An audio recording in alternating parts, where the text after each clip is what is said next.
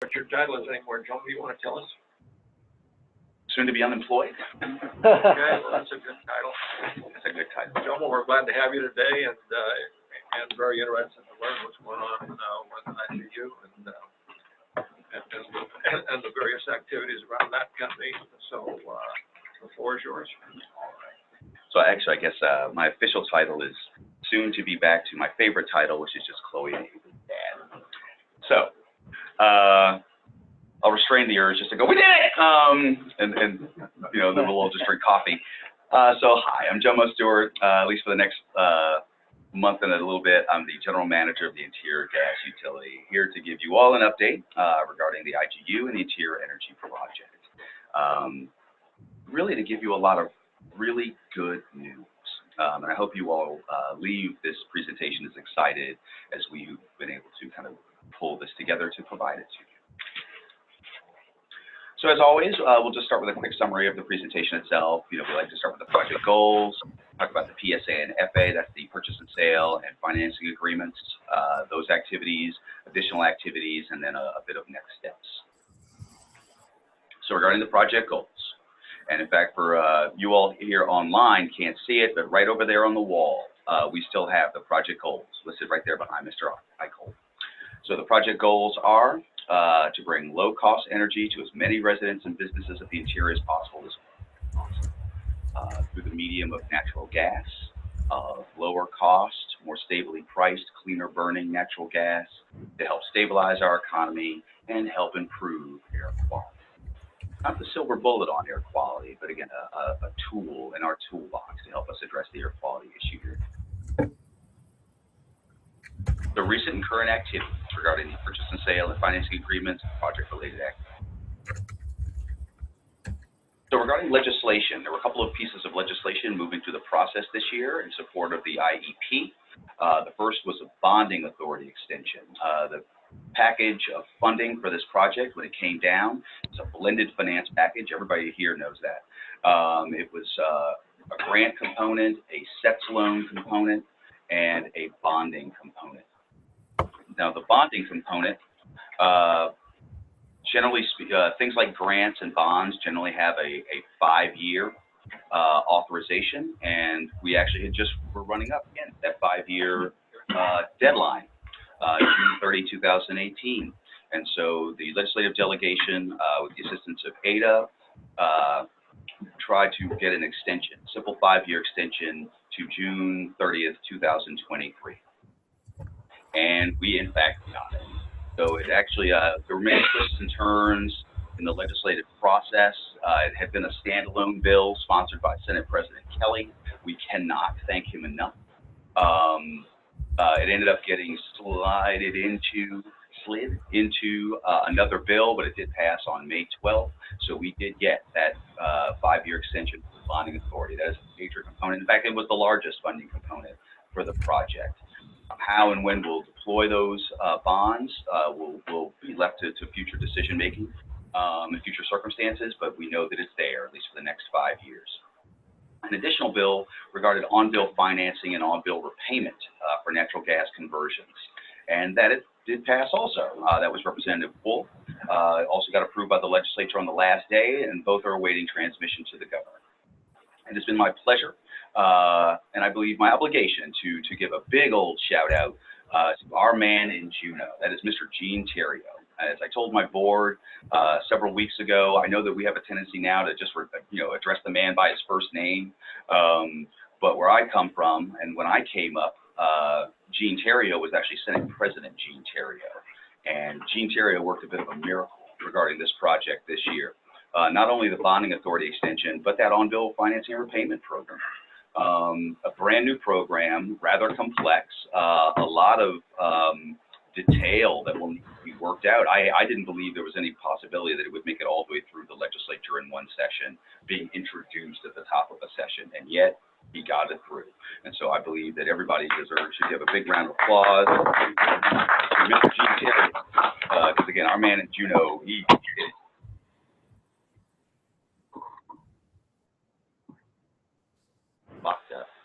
Oh, there we go. Okay, so The project actually has been moving forward. It hasn't been just pushing paper around. It's been pushing dirt around. Starting in December, right at the tail end of December last year, they broke ground on the large storage facility there down in South Cushman.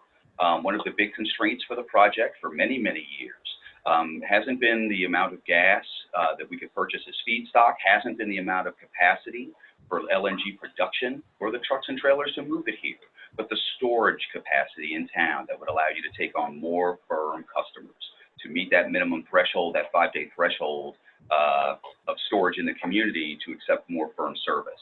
And so we have broken ground on that after many years. As stated, it's a 5.2 million gallon capacity. I believe our total capacity in community right now is more in the 350,000 gallon range. Is that right, Ms. Britton? Very good. And so it's a radical increase in the amount of storage here in our community. At current demand, we're talking months and months and months worth of LNG that will be here in the community in case there are any problems with the delivery chain. And it allows you to do a number of good things, and flexible things. But I'm going to skip this because I'm going to let the guys, we have a little bit of a special bit on the storage, and so we'll save that for the end. Regarding North Pole LNG storage, back in 2015, the IGU, when it was a truly separate entity, started development out in North Pole, in the second most dense part of the community, and put 70 miles of pipe into the ground in one summer. And the miracle worker who helped pull that off is the other bald guy right over there. That is Mr. David Prusak, our project manager. Speaking of miracles, he pulled it off. So again, 70 miles of pipe, but right now it's filled with nitrogen. And so in order to be able to put that into service, we also have to put some LNG storage out in the North Pole area as well. Also bumping up against that statutory deadline for potential reimbursement of a portion of those development costs. We've been working, Huckley-Buck, I believe is the word that Doc Fate likes to use, to try to get site security so we could really begin developing that storage. Right across the street, if you look at the picture, you see that's the old Flint Hills facility. There in the middle is the GVEA electric generation facility, and down below at the very bottom is the PetroStar. Right across the street, there's a nice little wedge of land, about 20 acres of usable space that we've been in discussions with GVA about possibly using. Those discussions were for lease, but did transition over to purchase. And so, again, really what GVA has an energy campus concept where they will have liquid fuel storage for their own use, petroleum-based liquid fuel storage here, but they said that we could use this northern section for LNG storage as long as it didn't conflict with their uses. Splitting it out? Yes, subdividing it out. Subdividing it out. As you can see here, there's an old parking lot that used to get used by Flint Hills. Actually, let's just go ahead and flip to the next picture. And so as you can see here, this is the main wedge, which will be the starter configuration for the LNG storage. Here you can see the bullet tanks. The idea is to take a couple of the bullet tanks that will soon be surplus there at Tree Road when the 5.25 million gallon tank is constructed, and move them out to North Pole for a cost savings for the total project. It'll give a starter configuration with enough gas to serve all those residential and commercial customers that are currently on system. And it also has enough usable space to possibly put in a smaller version of the large LNG storage tank that is currently being constructed down in South Cushman, something more in the 1 million gallon range. That would also allow the project to service the industrial load right across the street. And here you can actually see some of their design work for possible liquid fuel storage. So our board did in fact act on Tuesday to approve a purchase of land, which will include, well, it's an option to purchase this section of the lot and also this disconnected section right across from the pipeline, or right over the pipeline right of way, which can be used to lay down ancillary facilities for the system as it grows. So it's about $2 million. We'll have to have some discussions with Ada. a purchase of land as opposed to a lease of land. A lease of land is an operating expense for which we wouldn't have to have discussions with or approval from ADA under the PSA and FA, but a purchase of land is a little bit different. But in any regard, again, if you were going to lease it, you make payments and payments and payments, but you never own it. Somebody on the GBA board, when they first considered it, said, well, why don't we just sell it to them, then they can own it. Yeah, and so that's what we're working on now. And they did approve it on Tuesday. And so actually the early works commenced several weeks ago. We already have a draft report on preliminary assessments from our friends over at PDC with support in Shannon Wilson and Chi Engineering. So that'll be, that's going to be moving forward. Again, the hope is to have this also constructed and in some form of operation by January 1st of 2020. So that it can qualify for the reimbursement. And like the reimbursement works, it's 50% of the cost of a qualified project up to $15 million. And so we're hoping that, well, we have to go get the money out of this broke-ass legislature, but if we can pull that off, it'd be $15 million reimbursement for the Tria Road storage and somewhere between $6 and $7 million reimbursement for the North Pole storage, which could be redeployed on the project for other things. Yes, Mr. So of the 20 acres, how many acres are you talking about? The lower portion is about 13 and some change. The upper portion is about 6. That's what comes up to. It's essentially about 19 acres. This total acreage is just under 20 acres. You know, Joe, I just want to say that we're very pleased to be able to work something out. We We really want to help this project go forward. To be candid, sir, I'd be much more pleased if the price hadn't been constructed strip mall pricing. However, in the future, hopefully we'll be able to bring in gas at a lower price, and that really will be GBA's opportunity to step up and do something truly, truly helpful for the project, but we'll get there. So, regarding, hi, by the way, I'm about to lose my job, so I can say anything I want. So, I can be candid. So, regarding the unification of the utilities, one of the things we also got passed through our board and with the approval of ADA was a transition and integration plan for the 2 utilities. And of course, in the simplest term, what we're talking about is taking the formerly private Pentex under the ownership and control of ADA and the IGU under the control of the IGU board and the community, combining them into one utility under community control. And this is just a simple schematic of that kind of corporate structure. Part of that transition plan and the integration was coming up with a chief executive management structure for that combined utility. And recognizing that we had on the project team a gentleman who not only has really been born and bred into the natural gas industry, has come up through the industry, but has in fact managed and run the operating utility for almost 20 years. Mr. Dan Britton has been selected to be, to add to his duties, not just the president and CEO of Pentex, but the general manager of the IG. And so Mr. Britton will be the chief executive of the combined utility.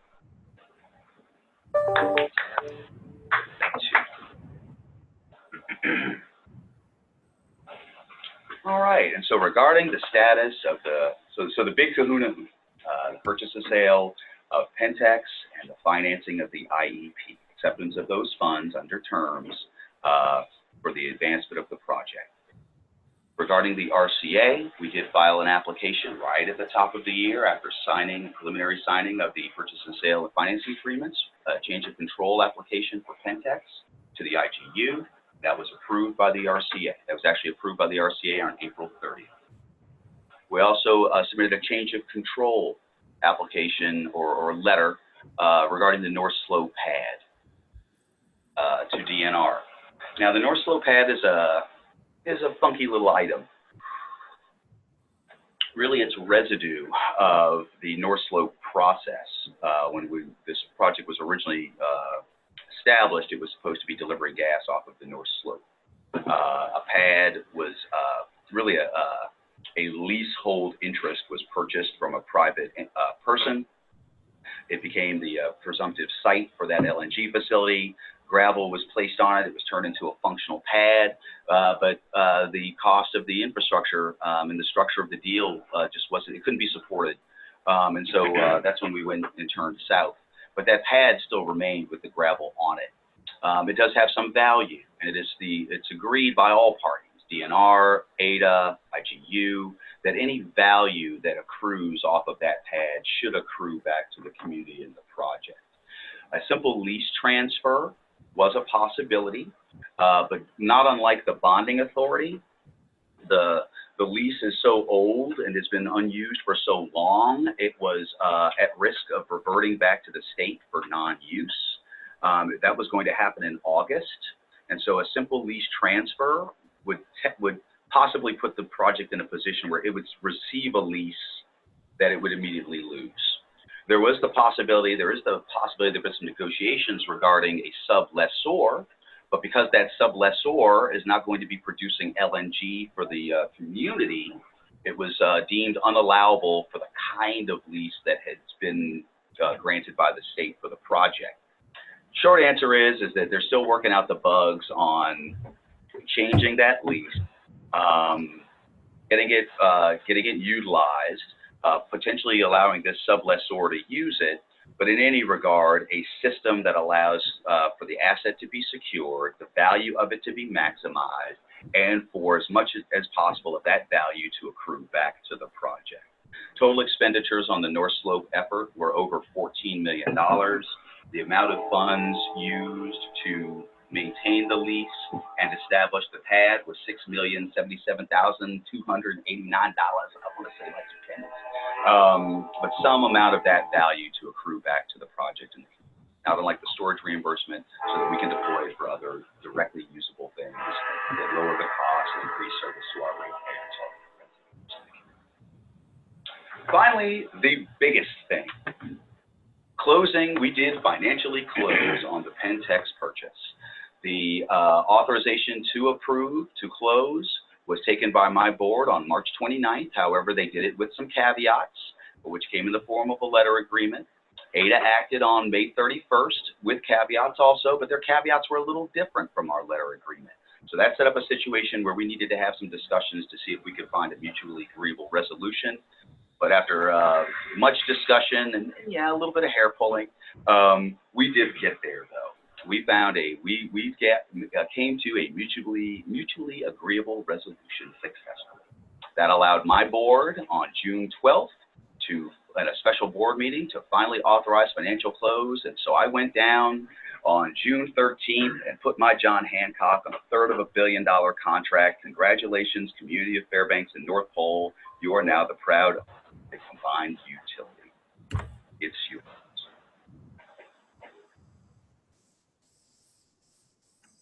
So next steps. In the immediate term, natural gas conversion program advanced. Now that things are coming together, we have a timeline, a line of sight on when gas will be available in the community. We've been having discussions actually all spring about restarting up our own internal steering committee for conversions. In addition, as part of the transition plan, it called for the hiring, and this was actually an idea I believe that might have originated with Senator Wilkin, the hiring of a dedicated conversion person, a conversion and customer service person over at Pentex to help bring things together to make it as inexpensive and easy as possible for people to convert onto the use of natural gas.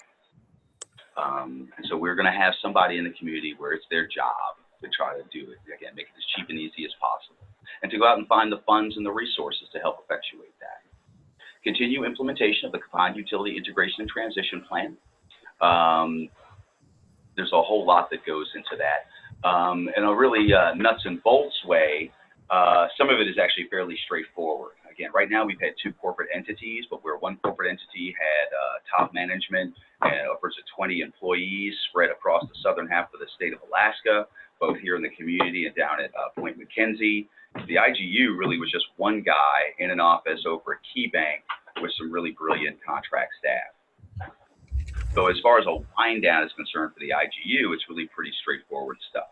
Again, my contract will end at the end of July. We will shut down the office. We're actually thinking about by the end of August, and things will simply transition over to the operating utility. There's some things we need to work out as far as we do have a lot of contract services, and just who's going to pick those up over at Pentec, those kinds of things. They have their own accountants. We don't have to have a contract accountant anymore. Our lawyer, though, is actually becoming their lawyer, things like that. But we'll keep moving that forward so that within a couple of years, again, it'll look not unlike one of the other major utilities you have across the community. Yeah. Didn't Senator Murkowski get some money approved for the conversion? Well, I don't know if that's exactly how it happened, but yeah, she was instrumental. Gene? There's EPA airshed non-attainment grant money that has been coming to the borough. They've been using it for wood stove swap out. They've qualified for another $4 million. And that money can be used, I believe, as they shift away from transferring it or swapping out wood burning. They should be able to some of that now to assist with swapping to a cleaner source of fuel. And because the community in one category of airshed non-attainment is like number one in the nation, as long as that federal funding source continues, the community should be well positioned to continually capture a portion of those funds. Yeah, heretofore it was solid fuel to a cleaner solid fuel. Now it can't be solid fuel to gas. And actually, I don't want to just wing out numbers, but I've spoken to the air quality top several times, and it's the $4 million they think on a programmatic basis. It's several hundred possible conversions, just with this very first tranche of funding.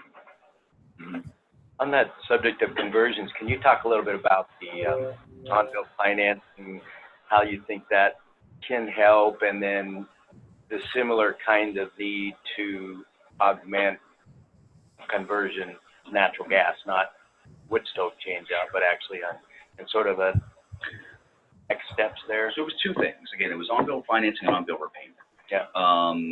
For the IGU, because of the financial position we're in, we actually had simply been asking for on-bill repayment authorization. On-bill financing is something for like a GBEA. The GBEA is money, more money than Davy Crockett. They have the capacity to self-finance, or basically do their own lending. And so under an on-bill financing schema, the utility would offer funds to help with the conversion, and then you would pay back those funds on your energy bill back to that utility that had made the loan. On-bill repayment is you as a homeowner, you go to your private lending entity, you get a loan for the conversion, but as a convenience, you can pay both your gas and the repayment on the same bill, and we'll take the administrative burden of passing those payments on to your lending institution. Right. So the challenge with both of those, of course, is there's still a capital cost for the conversion. And are there plans to pursue something on conversion similar to what you've done with wood stoves, or what the community's done with wood stoves? Again, right now the community's taken the lead on that. You've successfully got allowability to take their wood stove changeout program and expand it to a transition to natural gas, has funding to it. The utility is there'll be a conversion manager who will be their job to go out to trees to see if they can do something similar directly from the utility. And that process of hiring that conversion manager is already In process. right? In process. We've had ads out and been accepting resumes for a couple of weeks. Yeah, we'll be starting the interview process next week. Is that a kind of particular field of expertise, or just a high-end skill set? It's a combination of skills we're looking for. Somebody that can help walk people through the conversion process, so some technical background, as well as, on the other side being grant application preparation and then participation with the clean air group in the community. So it's going to be a mix of qualifications we're really looking for. Gary? I'd just like to offer that we want to remember that we're talking about more than just conversions. As we have, I mean, obviously those people are going to swap over our equipment. Also, we need to think about new foundations and how we're treating those people. We need to talk about, we know that this project is driven by commercial. We need to make sure that this person is leading a path to the door of the commercial folks. So the being conversion manager is a little bit misleading, a little bit restrictive, and I suspect that it might be an effort to try to broaden that out a bit. But this is more than just getting a resident change oil to gas. It's much more. Why don't you try for 5 minutes to describe what the job would be? What's that? I'm sorry. Describe to me what the job would be. What the job would be? Yeah, that's what you're saying. The job is not just a conversion manager. It's bigger. So What he's describing is why it's going to take a little while to find that right person.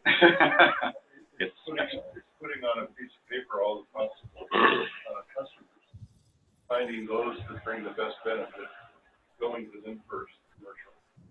And then it's going to 200 homes in North Pole with the fellow wants to put in gas, making sure that he's able to put those. It's working almost individually, residents that are going to be faced with multi-$1,000 decisions. I mean, it's nothing more than 40 hours a week of contact.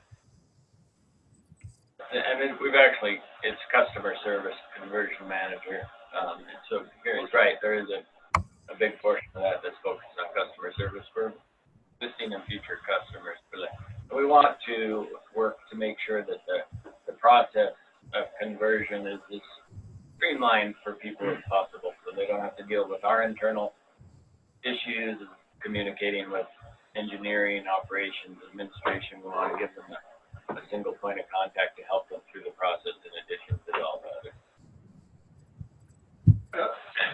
Back over to the issue of the North Slope pad and DNR and the entities involved in it.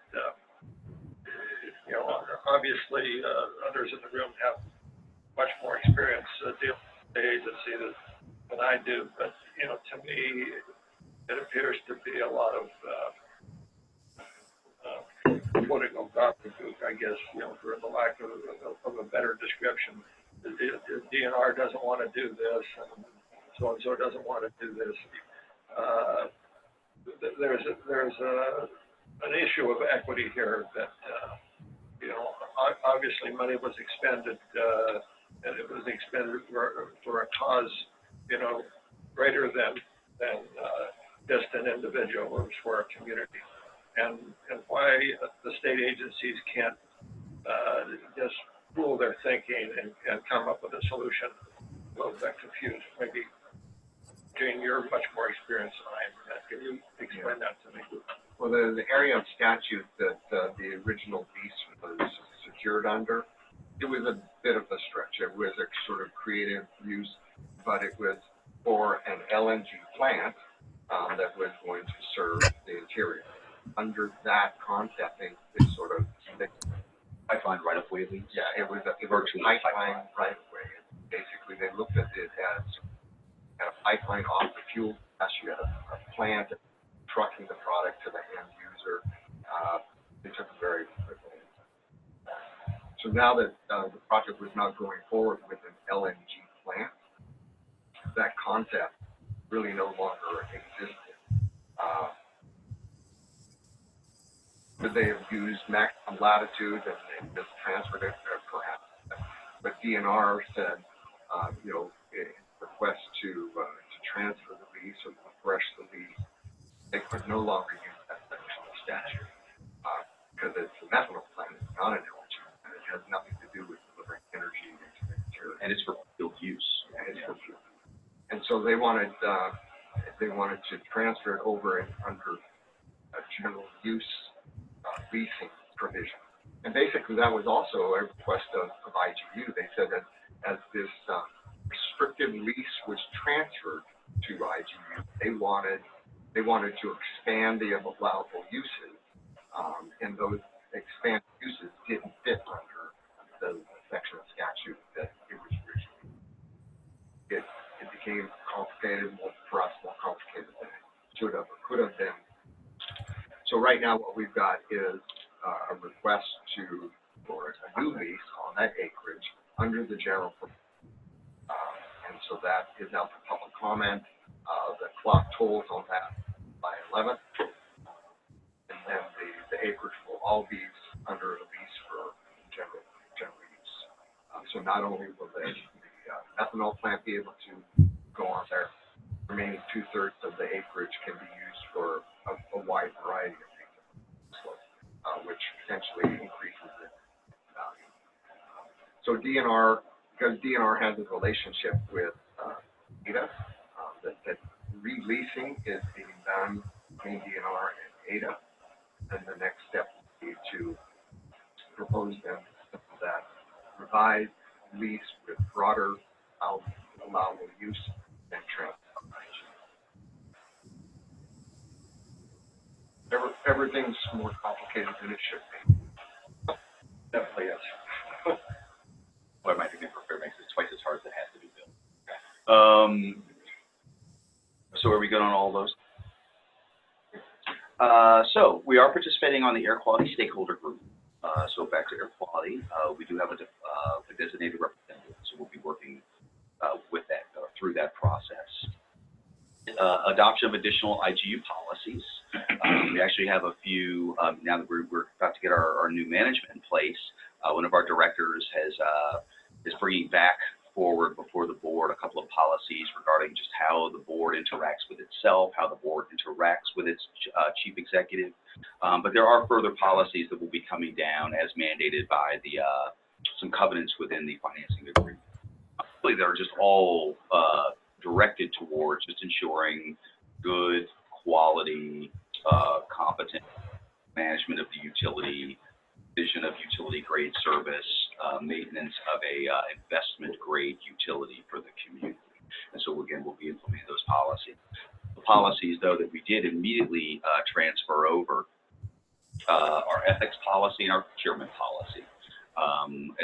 Right around the time that we did the original authorization to close, we went ahead and do close, just letting everyone know that, Pentex will be subject to the IGU ethics policy and their personnel and their affiliate, and they will operate under our procurement policy. Although, and truthfully, Pentex had already been operating under our procurement policy or our procurement procedures manual. Once we got that thing adopted, it's rather robust. They actually were utilizing those mechanisms and protocols regarding the large storage. So everything's being, so it's good about. Finally, again, we'll keep moving forward on the North Pole LNG storage facility. Again, control, design, engineering, construction, and the big one regards the liquefaction capacity. Right now it says LNG facility design, engineering, construction, but really what we're talking about is liquefaction capacity. We are having this really in all regards, the board, and for all our investment decisions, we look at things, sometimes we flog it to death, but we look at things over and over and over again to make sure that we're making the best possible investment decision. They're scarce dollars and you want to deploy them for the best effect.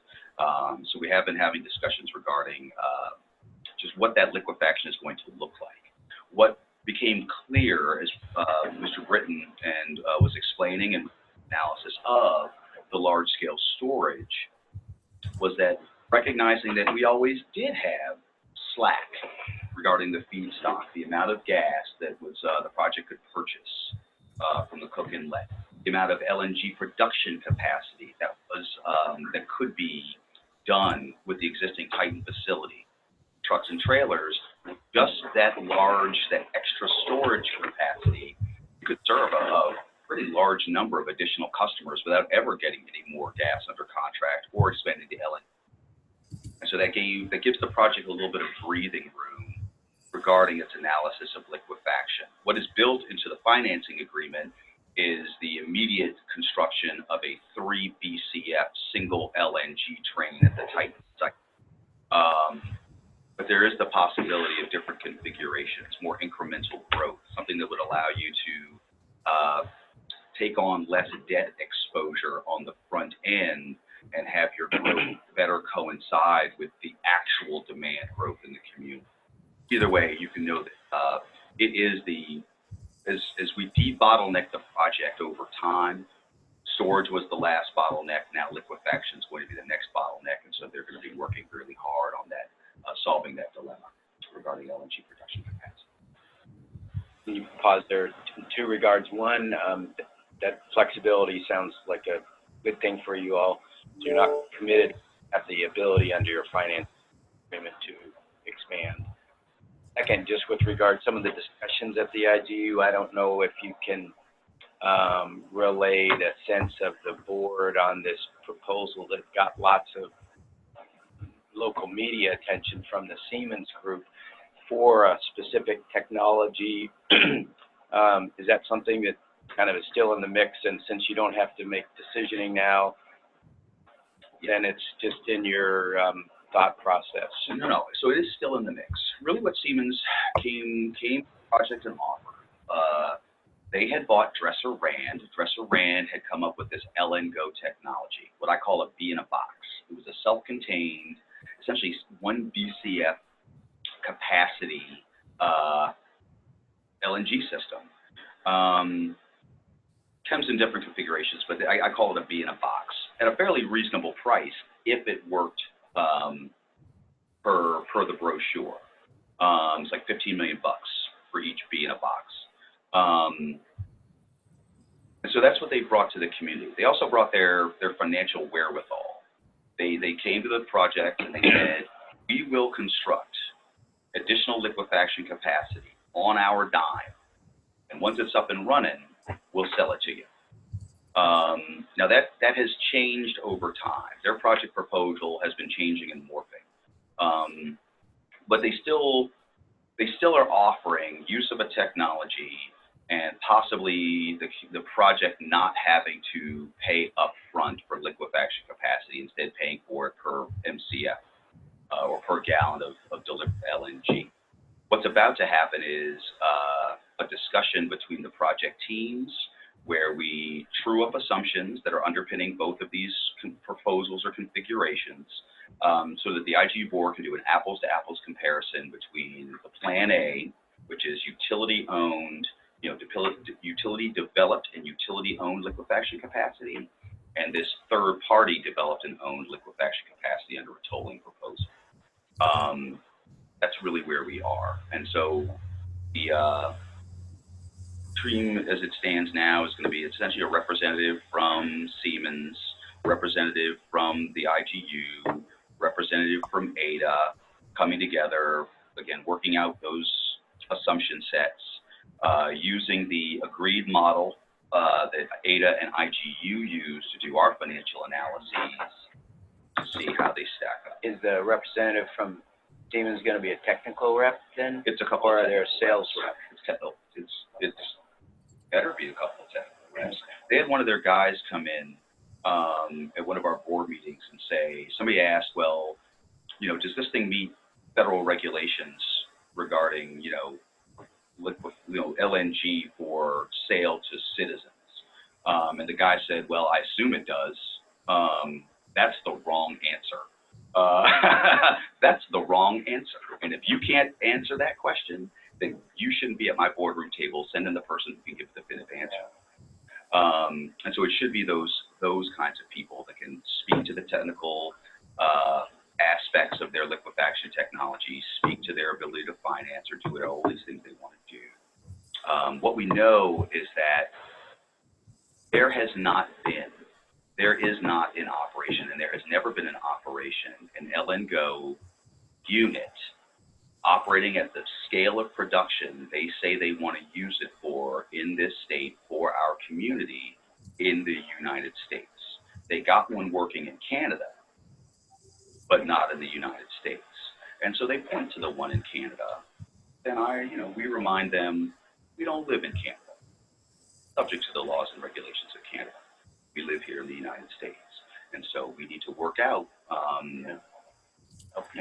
Good. There seemed like there were a lot of assumptions that they were making, like natural gas price inputs and subscription rates and the technology applicability. So Good. Don't need to, you guys are What we doing know, what we know now. doing what we would have thought you would have done. What we can know now as a community is that our chief executive for our utility is a person who knows the right questions to ask and knows the right answers to demand. And that person will be part of the process that helps do that assessment. Gary, I just want to make sure that we understand, the scenes were most been a distraction, has been unnecessary, great deal of discussion about what it is or what it isn't. Just let you know that they've been on the scene behind the curtain for almost 11 months. Asking them what the price of gas meter is, they won't tell you. They rolled out for the first time publicly on April 15 for Mount McKinley. Their proposal is 15 slides, of which 6 had anything. Project. To this date, what I think we know, because it's been so secret, it's been so hidden, their gas contract is based on royalty gas, which we just went through that, spent $700,000 to find out that's impossible. Their electrification, and Joe, thank you, Joe, just said it, this will be serial number 1. I went through serial number 1 with the full plant, 2 years on ADA. I'm not interested in another serial number 1 for at 40 below. That just sort of slipped out of the conversation. Yes, there's a Canadian plant, but it's a low pressure plant, but they're putting in here at the high pressure plant. So there's that issue. So this, the notion that ADA and IGU are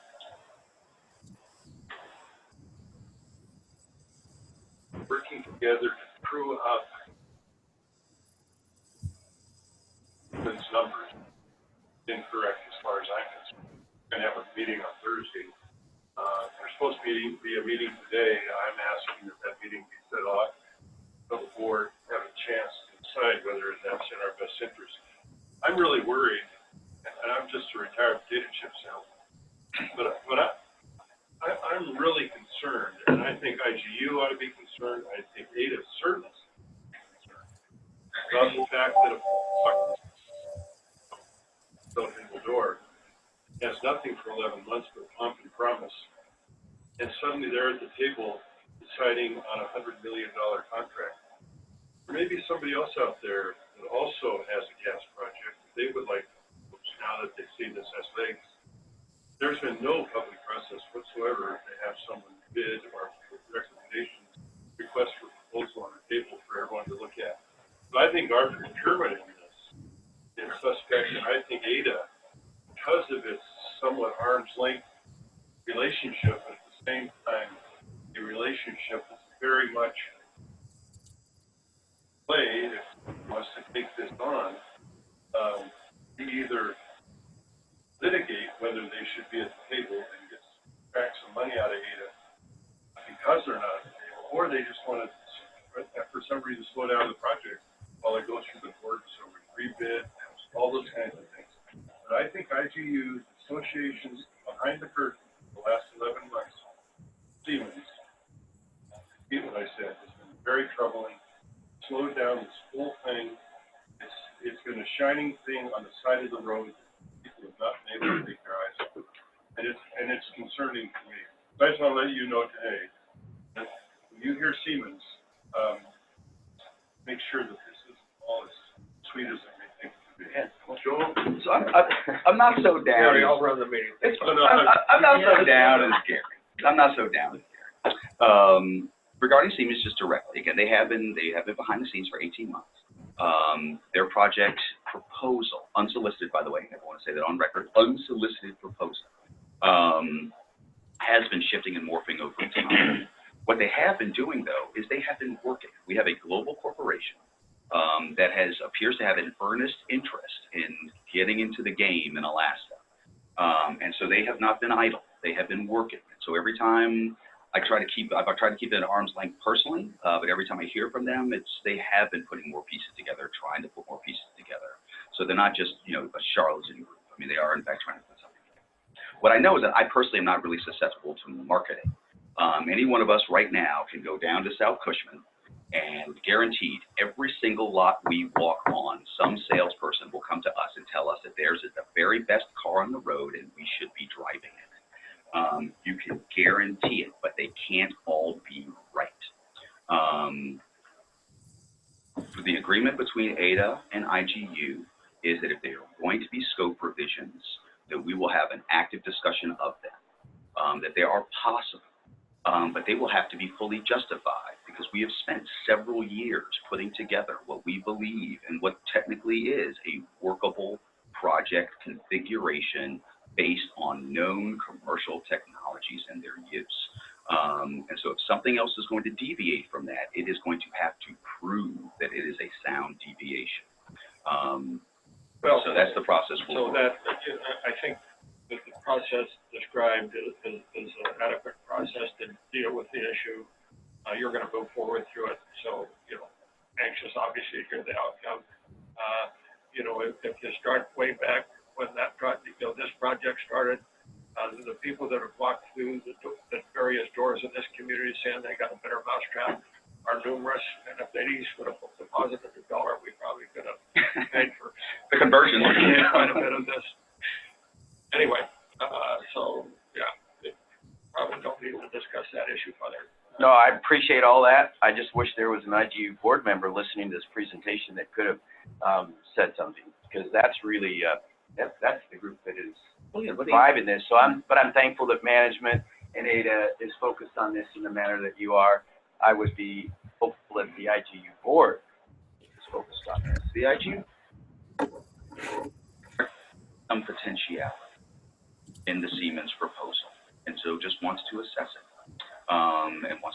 but wants to assess it against, again, what has been defined and worked through for, almost a decade as a workable project configuration. See if it really is a better mousetrap. Okay, you can't talk to the board. You can speak to the board. They have 3 minutes available to start every minute. There you go. Okay. Well, I use more than 3. So. And they're all community members that you can call. So, helpful links. If you want more information regarding the project, of course, there's information coming out the eyeballs. There at the IGU website. Of course, all our board meetings and packets are posted, so if it's public, it's there. ADA has a dedicated website, not only for their board meetings, where, again, amazing what you can find in the Mind board packet. But also a dedicated website for the IEP. You have Fairbanks Natural Gas, if you want direct information from and about the utility, the operating utility, and of course the Alaska State Legislature website.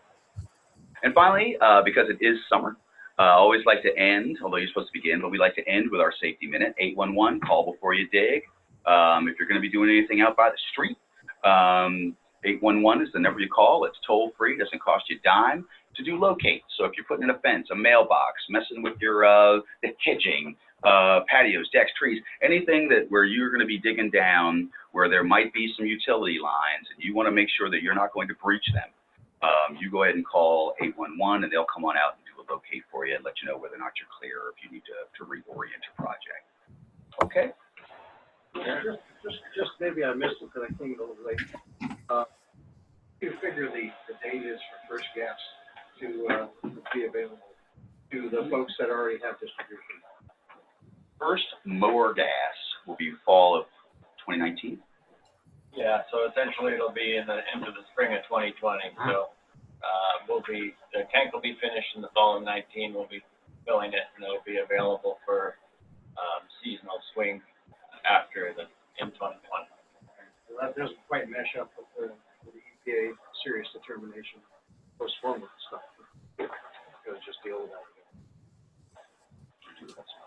Other questions? Well, what, David, come on up. I'll do the quick update on the storage project. Most of you have been following along with it. Can you do the quick now? Can you pull up the memo? Yeah. Where? Just, oh, there we go. And so your presentation is right there, that PowerPoint. There you are. No. So just give you a quick update on where the large storage tank is and its construction process. Just a little bit of background. We signed a contract on December 22nd. We began work on the December 28th. Tank excavation work was completed in February. Underneath the tank, we have flat loop evaporators that will keep the ground frozen. Those were placed in March and are operating. Our first panel of the outer tank was poured at Anchorage Sand and Gravel on March 30th. The last panel was completed June 14th. We poured the tank slab, the tank foundation on April 12th. And the first outer tank panel was set on June 11th, and the last panel set June 21st. And we're currently in process of the panel cover plate welding. Just a few pictures to see where the project has come along. Here is the excavation for the storage in this area, the flat loop evaporators that come up to the risers, and behind it is where some of our balance of plant is going to be. So we removed all of any silt-laden materials, frost susceptible materials, and backfilled at 95% compaction with gravel. This is the lean concrete mix that was placed first. And then the concrete forms here, the set points for our anchor bolts for the tank, and then the inner part of the foundation. This is the reinforcing steel that was in the foundation prior to, in preparation for the pour. All of these units right here are seismic cables that extend up out of the concrete and will be used to restrain the tank. 90 tons of steel within the foundation, with the top layer being what's called cryobar that will remain intact in the event of a spill. It's rated for the cryogenic temperatures. This was the pour-in process, just about finishing the concrete. The pour started at 5 a.m., was completed by about 5 p.m. Approximately 300 truckloads of concrete, 1,800 yards. Wow, that's amazing. What was the temperature during the pour? It was about 50 degrees. Started out at 34 and ended at about 50. Yeah.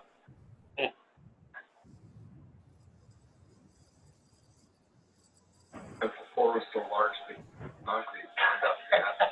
It was, well, actually, we had to reject some loads because it was cold. They were frozen in the early morning. But after the plants got operating, it warmed up. All three plants were operating.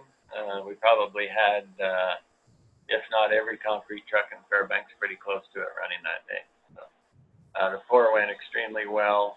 Rady Construction was the local contractor that did all of the concrete work, and they did a great job. Great Northwest has done all the civil work, and they've also done a great job. Oh, how do I get to the next one now? There we go. This is at Anchorage Sand and Gravel. This is them pouring one of the outer tank panels. The last one. Yeah, you can. These bars here are screed bars, as well as they have locations in them for all the embedments. So the embedments where we used to bolt the lifting components to for the cranes to lift the panels in place. So there's a group of 4 of the finished panels. Each panel weighs about 42 tons, and each one comes on a truck from Anchorage into Fairbanks. This is looking at the inside of the tank you can see a number of the panels already set. With these supports, both top and bottom, will ultimately be removed once the tank receives its wire winding and outer shotcrete. Angle. This one's got the crane's got the panel moving it into location. And I heard you talk earlier to Gary about lifting the roof. What's that going to be? In August. August. Yeah. This is the movie.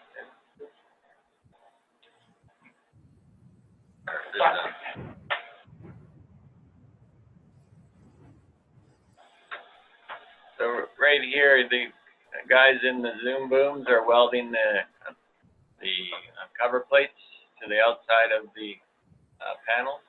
Each one of the cover plates has studs already pre-welded to it, so when they shotcrete the space between the tanks, the cover plates already have the studs on them.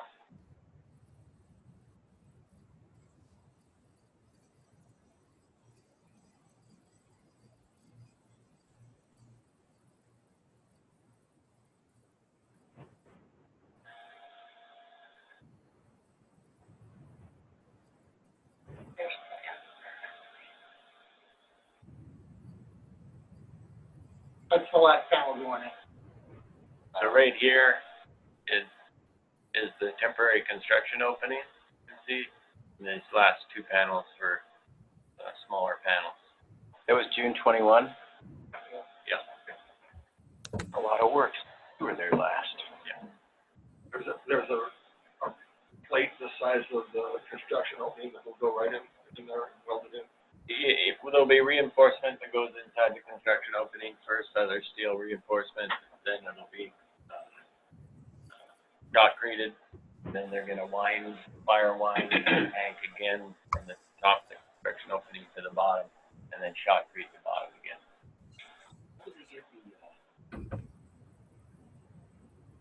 It goes through that opening. Oh, speaking of that, remind me of where the tariff stuff ended up. We managed to get our materials in during the extension of the tariff. So that's done. That's done. Yeah.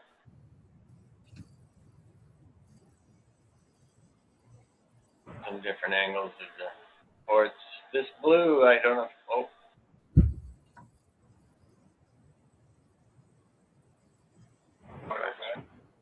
This blue and these wooden blocks is actually where their wire winding machine is going to run. The wire winding machine will get supported from the top and run around the tank, and then gets pulled around on the bottom to widen the tank with the wire. So how many miles of cable? 20 miles. Right. This drawing, we have Design Alaska is doing our balance of plant work. This is the part you haven't seen much activity on yet, but we'll begin to pick up. We just had our bid request go out for our multi-purpose building shell, which is here. This is those thermosiphon risers. This is the where our new truck loading facilities will be. So the work we just put out on the street was to excavate all of this area, place these lines here are open utilidors, so those will be precast concrete, and then construct the outer portion of the multi-purpose building. The work will begin early August. Our next steps was we'll finish the outer tank panel erection, we'll do wire winding and shotcrete July, roof construction July, August, and we'll continue the balance of plant orders, design and construction. We have ordered the in-tank pumps and the vaporizers already. They're in order and being constructed. We'll be placing orders for our boil-off gas compressor shortly and other major components. Then we go. And then the tanks that were over on the right, those are the existing storage tanks. Yeah. And here's the time lapse for you.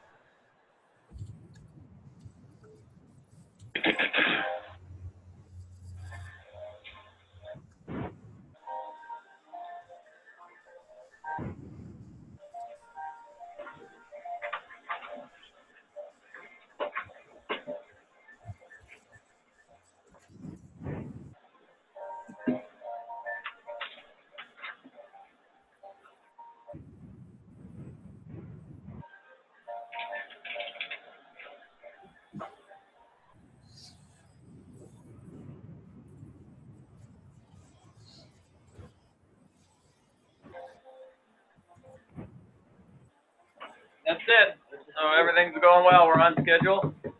Project's going great. So those tanks were pre-built when they were shipped to Alaska? The panels, No. the old Old tanks, tanks. yeah, those are So they'll be constructed in a shipped shop. out as one unit and moved. How big are they? The two largest ones are 75,000 gallons each. Yeah. The other two there at that site are 50,000 gallons. About 15 feet. No, you're gonna be good. About 14 feet. Gary?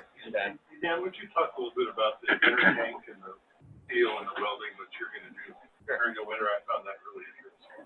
Yeah, so we're obviously on a very tight schedule and timeline, and one of the things that we're able to do through this design process is use the outer tank now as our shop. So getting the outer tank constructed in our first construction season allows us to continue the work through the winter. So the outer tank, once the roof is on, it'll be a closed structure for the most part, other than the temporary construction opening. We'll be able to keep the inside of the tank conditioned, air temperature, and so the inner tank will be constructed throughout the winter. It's constructed of 9% nickel plate, so that plate will arrive on site already rolled. It'll be beveled and ready for welding, and then each one of those plates is set, and then they'll just work their way up and complete the construction of the inner tank, so we don't have to stop and wait for another construction season. And then the inner tank is constructed 9% nickel steel. The reason for the 9% nickel steel is because of the cryogenic temperatures. It receives 100% X-ray of every weld in that inner tank. So the amount of quality control that goes into the welding on these tanks is significant. So the welders will work all day moving in. The inspectors, they'll do all their X-rays. Any repairs that need to be made will be made the next morning, and then they'll continue on. So it'll be, everything is well orchestrated, as you saw with the tank panel erection. The panel would arrive fairly shortly thereafter. It was being picked and placed, and the truck was headed back to Anchorage to pick up another. And those are shipped in from the lower 48? The nickel panels, yes, they're coming in from the inner tank contractor is American Tank and Vessel, and their shop is in Louisville. So that's where they prep the panels and ship those in. 3/8? 3/16. And then between the two is 3 feet space, and that 3 feet of space is filled with perlite insulation when we're done. Yeah. So we'll keep you updated as we move forward with the tank construction. Unfortunately, it won't be quite as dramatic looking now as we move forward with the changes. The outer tank panel setting is, things happen very quickly, in a week and a half, everything's done. Now it's going to look like we've slowed down Flying the roof on. The roof will be another big, exceptional. very good one, yeah. Like the 20th of August. That will be exceptional. Yeah. So we have another crane that'll be coming in, a 650-ton crane for the roof. In one piece? That's, yeah. Kind of hoping for. Well, they're building on site a now, bit. lifted it one. Yeah. We don't know if it'll be 100% skin at the time when they lift it, but they're working through all their pick plan on the roof still. So that'll depend on weight. Wait. Well, if you're confident, you should have a community barbecue. Are you bringing the hot dogs? I'll bring the hot dog. All right, any other questions? I have one for Jomo before we leave. Jomo, the EPA has some pretty definite restrictions on it. The area that's the most polluted is the Hirsch Road, Fort Giles area. What's the estimated time of getting gas to that area and the estimated cost? Cost, the gentleman right next to you actually has the best answer. Cost, David can give you the best answer on cost. be honest with you, as far as timing is concerned, it will be determined by market response. And we've already made significant investments in distribution infrastructure. The funds available are diminishing, and what's left are really bank money on bank terms, bond money and standard commercial terms. And so I believe, I can't speak for the board, but I believe that the timing, they'll want to see how the market reacts to the pipe that's already there when the gas is available before as they, to base a determination on further build. And the market will want that data before it will invest further funds into the project. Again, doing bonds, it'll have to be a bankable project, and you'll have to have some kind of track record to prove that bankability before you'll be able to sell the bonds for further distribution. So that's just a fact. Well, I really haven't heard a date. That's an estimated date. Again, what we know is that the gas will be available for residential customers to be able to give their own individual market response in the spring of 2020. Thereafter, again, it'll take some time to see what that market response is. What we know is that we can put in upwards of 70 miles of pipe in the summer if the funds are available.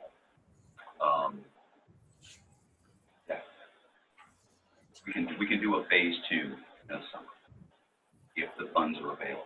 We just have to see what the market response is to be able to generate those funds. You don't need to tell them again that you haven't heard a date. Okay.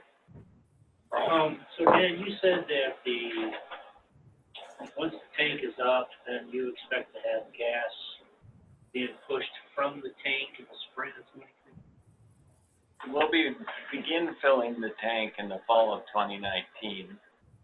We won't have much of time off to fill the tank. It'll be just getting finished towards the end of the summer of 2019. So we don't have a lot of excess capacity in the months that it'll be ready to be filled. So we'll be begin filling it then, but it'll be truly available for its intended purpose, which is seasonal swing and adding customers in 2020 in the spring. So then the storage tanks at the tanks North Pole are going to be in 2020. So will they be able as well to push gas? But once we put them into North Pole, we're working through a few details on how to get the North Pole facility commercially operable prior to the end of the January 1st, 2020, while still orchestrating the two, because we don't want to move the tanks in Fairbanks until everything's working correctly on the new tank. So I don't know that we'll be able to move the existing tanks prior to January 1st, 2020. It'll be in the spring. So we may have to set it up where we're feeding the North Pole facility with either ISO containers as its storage temporarily, or a couple of trailers, excess storage. So we'll have all of the balance of plant work completed. We'll have the tank foundations in place. We'll be able to vaporize gas, and it'll be commercially operable. Sending gas distribution system in North Pole, but it's working on the timing of the tank.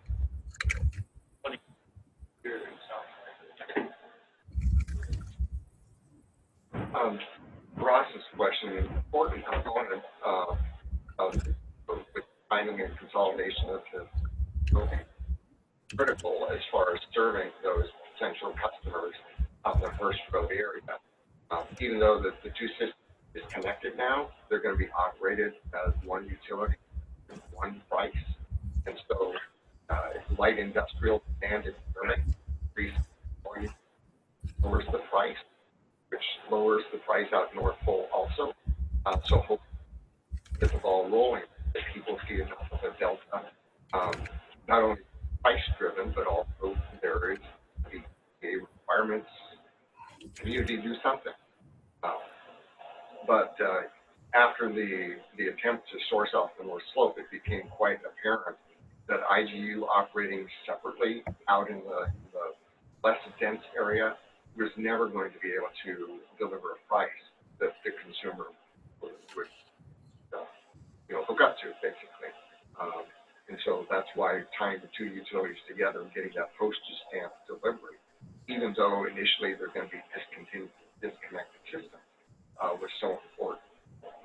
And so there's a little bit of a sort of social engineering.